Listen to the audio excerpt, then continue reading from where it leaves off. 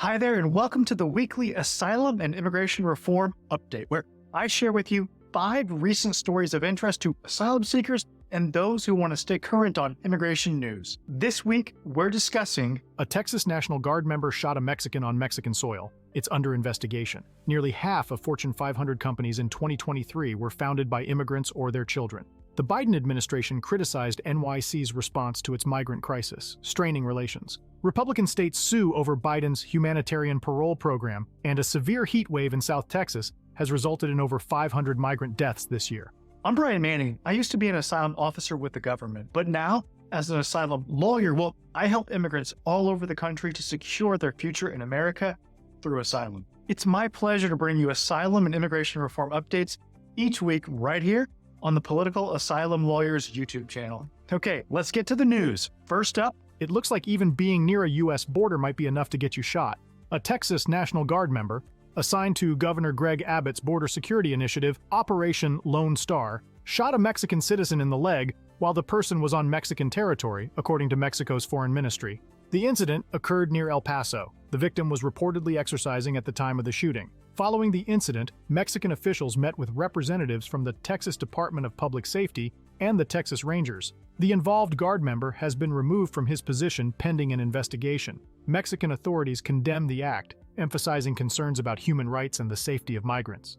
This is the second incident wherein a guard from Operation Lone Star fired their weapon at someone. The first occurred in January when a guard shot a migrant in South Texas. And next up, for update number 2, the recent Fortune 500 list underscores the significant impact of immigrants and their descendants on America's top companies. Research by the American Immigration Council revealed that nearly 45% of the companies on the 2023 list were founded by immigrants or their children. This includes tech giants like Apple, Alphabet, which is the parent company of Google, as well as Amazon and Costco. Together, these companies reported a revenue of $1.4 trillion in 2023, surpassing the GDP of most Western countries, and employed approximately 2.2 million people. In total, these so-called new American companies, a name that stresses their immigrant roots, span sectors from tech to retail, telecoms, finance, media, and more. Immigrants have consistently exhibited an entrepreneurial spirit, with 21.7% of all U.S. entrepreneurs being immigrants, highlighting their pivotal role in driving the U.S. economy. All right,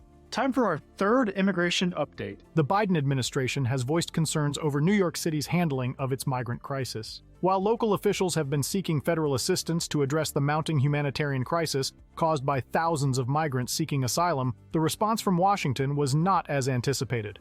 Biden's Homeland Security Secretary pinpointed structural and operational issues in the city's response. Though specific details weren't disclosed, Secretary made roughly 24 recommendations to enhance the city's migrant operations. This crisis has strained relations among Democratic leaders as over 100,000 migrants have flooded New York City, causing the city to open more than 200 emergency sites. Both the city's mayor and the state's governor have expressed frustration with President Biden, pushing for more aggressive federal actions, like the issuance of work permits for migrants. And moving right along, update number 4. There's more litigation over Biden's immigration policies. A policy known as the humanitarian parole program has permitted people from Latin America and the Caribbean to temporarily reside and work in the U.S. Up to 30,000 individuals from Cuba, Haiti, Nicaragua, and Venezuela can enter the U.S. monthly for urgent humanitarian reasons or significant public benefit. By June's end, nearly 160,000 people from these countries had arrived under the program. However, 21 Republican-leaning states claim the policy is unlawful and recently brought a lawsuit over the policy, alleging Biden essentially established a new visa program without congressional legislation.